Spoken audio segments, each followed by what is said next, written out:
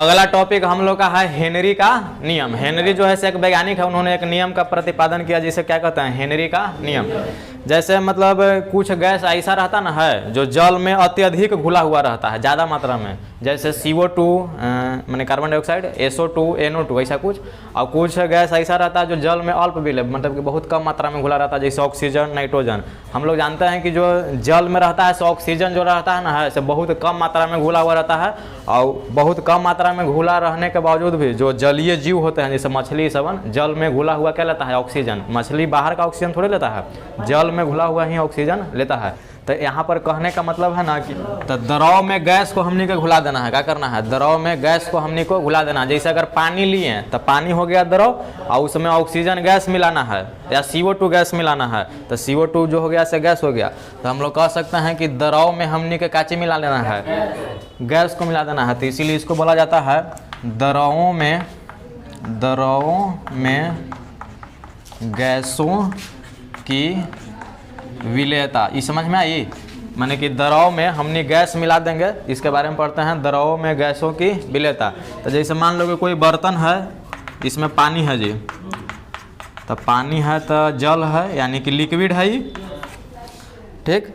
अगर कोई कहे कि एकरा में हमारा CO2 गैस मिलाना है, काची मिलाना है, CO2 गैस, तो मान लो कि पाइप है, तो अगर पाइप के द्वारा CO2 गैस इसमें डाल देंगे तो क्या घुल जाएगा, मिल जाएगा, नहीं घुलेगा। जैसे पाइप के द्वारा डालेंगे ना तो ये बुलबुला बन के फिर बाहर निकल जाएगा, ठीक। तो कैसे घुलाएंगे, तो कैसे घुलाएंगे, पहले इस बर्तन को बंद किया जाएगा, ऊपर से बर्तन को क्या करेंगे, बंद करेंगे, और पाइप रहेगा, इस बर्तन को बंद करके और पाइप रहेगा, और पाइप के द्वारा CO2 को एकदम हाई प्रेशर पर यानी कि अत्यधिक उच्च दाब पर प्रेषित किया जाएगा, माने कि इसमें डाला जाएगा। यानी कहने का मतलब कि जितने दाब मतलब जितने अधिक दाब लगा के CO2 गैस को घुलाएंगे ना उतना ही अधिक पानी में वो घुल जाता है। तो इसी से संबंधित हेनरी ने एक नियम दिया जिसे क्या कहते हैं, हेनरी का नियम। तो हेनरी का नियम क्या है, तो इस नियम के अनुसार निश्चित ताप पर माने कि ताप को फिक्स कर दिया गया है, और किसी विलयन में जो गैस का विलेयता होगा माने गैस के घुलने की क्षमता, तो गैस का विलेयता होगा उसके दाब के यानी कि आंशिक दाब के, आंशिक दाब माने कुल दाब। जैसे कोई पदार्थ है तो ओकरा पर अलग अलग प्रकार के दाब लग रहा है, जैसे P1, P2, P3, P4 अलग अलग प्रकार के दाब लग रहा है, सबके जोड़ दिए तो टोटल हो गया वही आंशिक दाब हो गया। तो कह रहा है कि निश्चित ताप पर किसी विलयन में जो गैस का विलेयता होता ना है उसके आंशिक दाब यानी कि प्रेशर के क्या होता है, समानुपाती होता है। तो इसको गणितीय रूप में मैंने देखते हैं, फॉर्मूला बनाते हैं। कह रहा है कि इस नियम के अनुसार किसी विलयन में गैस की विलेयता, तो गैस की विलेयता को इंग्लिश में क्या कहते हैं, सोलबिलिटी, यानी कि शॉर्ट में लिखे हैं S, यह स्टाइल में इसे लिख दिए हैं, सोलबिलिटी है, किसके समानुपाती होता है, प्रेशर के, छोटी पे लिखा जाता है आंशिक दाब को, ठीक ना, प्रेशर के समानुपाती होता है। अब आगे बढ़ते हैं, पता होना चाहिए कि जब समानुपाती का चिन्ह हटता है, जब समानुपाती के चिन्ह हटता है तो इक्वल यानी कि बराबर का चिन्ह आता है, उसके साथ हमें एक कांस्टेंट माने कि नियतांक आता है। तो S बराबर यहाँ पर नियतांक आता है KH, और P तो यहाँ पर ही है ये है। अब देखो जितना बात है कि KH क्यों लिया, तो K क्या है, कांस्टेंट है माने कि नियतांक है, और हेनरी का नियतांक है इसीलिए इसे लिखा गया KH। तो यही हम लोग का हेनरी के नियम का फॉर्मूला आ गया कि S बराबर KH इंटू P। अब देखो जहाँ S क्या है जी, सोलबिलिटी यानी कि विलेयता है किसका, विलयन में गैस का, तो यहाँ लिख दें गैस की विलेयता, ठीक, KH। तो देखो जी KH क्या है, कांस्टेंट है, कांस्टेंट को हिंदी में नियतांक या अस्थिरांक कह सकते हैं, लेकिन किसका है, हेनरी का है। तो हम लिख सकते हैं हेनरी नियतांक, हेनरी नियतांक या हेनरी स्थिरांक भी लिख सकते हैं। उसके बाद P क्या है, तो पार्शियल प्रेशर, जिसको हिंदी में बोलते हैं आंशिक दाब।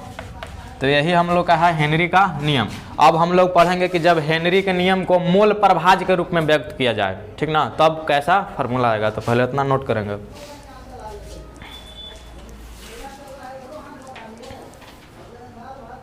विलयन का जो विलेयता है उसको मोल प्रभाज के रूप में व्यक्त किया जाए तब क्या होगा। तो देखेगा लिखा हुआ है कि यदि विलयन की विलेयता को मोल प्रभाज के रूप में व्यक्त किया जाए तो इस नियम के अनुसार, तो कह रहा है कि किसी विलयन में गैस का जो मोल प्रभाज होता ना है ओकरा पर उपस्थित माने ओकरा पर लगाया गया आंशिक दाब के समानुपाती होता है। तो इसको भी देखते हैं गणितीय रूप में क्या होगा।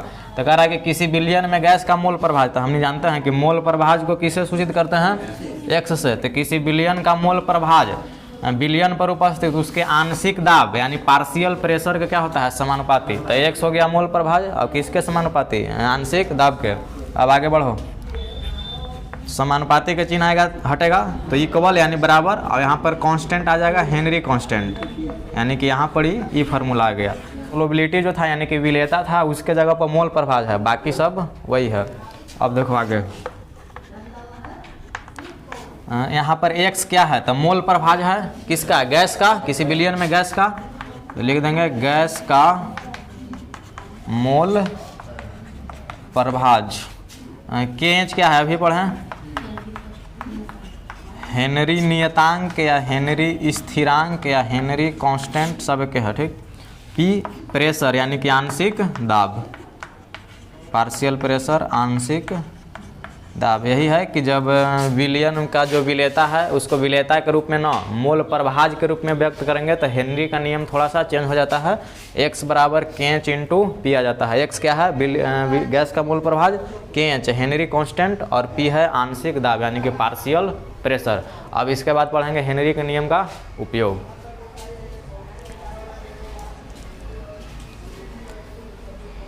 अगला टॉपिक हम लोग का है हेनरी के नियम का अनुप्रयोग, या कह सकते हैं हेनरी के नियम का उपयोग, यूजेज ऑफ हेनरी लॉ।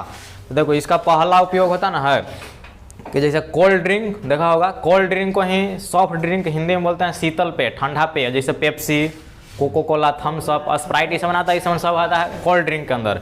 या गर्मी के दिन में सोडा वाटर भी मिलता है, तो कोल्ड ड्रिंक रहे या सोडा वाटर, तो उसमें रहता क्या है, उस बोतल में मुख्य रूप से पानी रहता है और केमिकल रहता है, रंग मिला दिया जाता है, यही सब ना रहता है। तो पानी रहता है मुख्य रूप से, और उस पानी में CO2 गैस को मतलब कि डालना रहता है। तो बताया था ना कैसे डालेंगे, पहले उस बोतल के ढक्कन को बहुत बढ़िया से बंद कर देंगे, फिर उसके बाद प्रेशर लगाएंगे, और जितने ज़्यादा प्रेशर लगाएंगे उतना ही ज़्यादा जल में उस CO2 गैस आराम से घुल जाता है।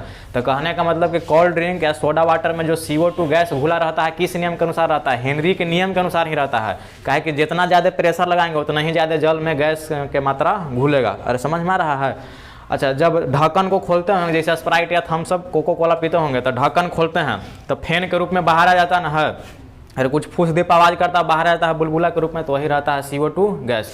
दूसरा हम लोग का कि गहरा समुद्र में जब गोताखोर क्या कहते हैं, अरे समुद्र के अंदर जो देखने के लिए जाता है ना, आदमी रहता है समुद्र के अंदर जो जाता है पता लगाने के लिए ना, उसी को गोताखोर कहते हैं। अब गोताखोर, अब मान लो कि समुद्र के अंदर गया, तो समुद्र के अंदर गया तो उसको जीने के लिए ऑक्सीजन चाहिए ना, सांस लेने के लिए, तो ऑक्सीजन तो मिलेगा नहीं। समुद्र के अंदर से मछली ऑक्सीजन लेता है, आदमी कैसे ऑक्सीजन लगा, आदमी तो बहरी वाला ना ऑक्सीजन लेता है। तो क्या करता है कि अपने पीठ पर सिलेंडर बांध लेता है, पिठिया पर, देखा हो कभी सिनेमा उनेमा में, तो पिठिया पर सिलेंडर रहता है, उसमें ऑक्सीजन गैस रहता है, लेकिन ऑक्सीजन गैस तो रहबे करता है, लेकिन उसके साथ साथ नाइट्रोजन गैस को ऊंच दाब पर एकदम हाई प्रेशर के साथ भरा जाता है, उसी के चलते वो सांस लेता है।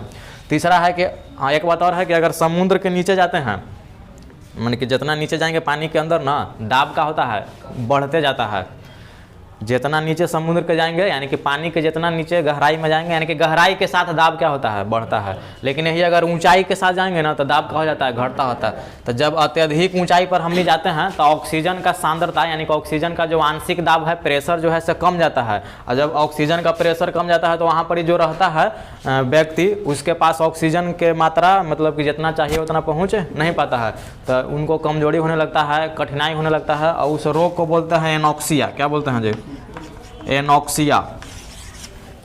तो यही था हेनरी के नियम का उपयोग, नोट करेंगे।